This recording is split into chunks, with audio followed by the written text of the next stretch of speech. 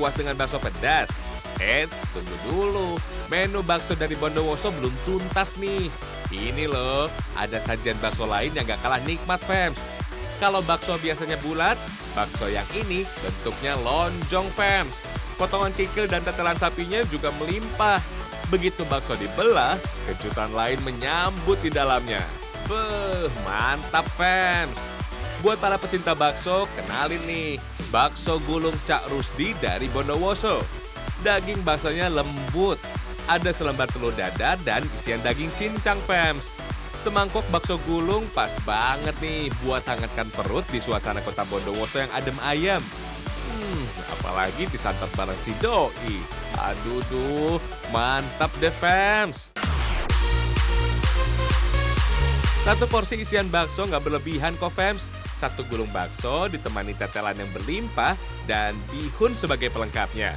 Kuah baksonya encer dan bening seperti bakso kebanyakan. Konon justru kuahnya ini menjadi kunci kelezatan setiap sajian bakso, Fems. Mau ditambah saus sambal atau kecap, ya monggo. Sama seperti bakso-bakso pada umumnya, Fems, bahan dasarnya daging sapi segar. Ciri daging sapi sehat dan berkualitas memiliki tekstur kenyal, padat, dan tidak berair. Gak usah ragu deh kalau lihat daging sapi berwarna merah segar kayak gini. Tandanya daging sapi masih segar dan layak untuk dibeli, Fems. Daging sapi yang layak konsumsi juga harus memiliki aroma segar yang khas. Tapi hindari ya kalau daging sapi udah berbau aneh, amis, apalagi busuk. Untuk isian bakso cukup cincang kasar daging, Fems. Mau cara manual begini? Boleh. Mau pakai mesin giling juga bisa kok. Asal jangan pakai blender ya. Bisa-bisa rusak tuh mesin blendernya. Kan sayang. Udah lebih dari 7 tahun produksi bakso gulung di sini manjakan lidah penggemarnya, Fems. Adonan bakso juga sama kok, Fems. Dibuat dari campuran tepung, bumbu, dan daging sapi yang digiling halus. Yang bikin beda sih cuma racikan bumbunya aja tuh. Adonan bakso dibentuk bulat-bulat kayak gini nih. Bulatkan juga isian daging cincang kasar, Fems. Ukurannya bisa disesuaikan dengan ukuran bulatan bakso gulungnya. Fems, kira-kira 20-30 kg adonan bisa diolah menjadi bakso. Selain bakso gulung, ada 2 varian bakso lainnya. Ada bakso kasar isi urat atau daging, dan bakso halus tuh.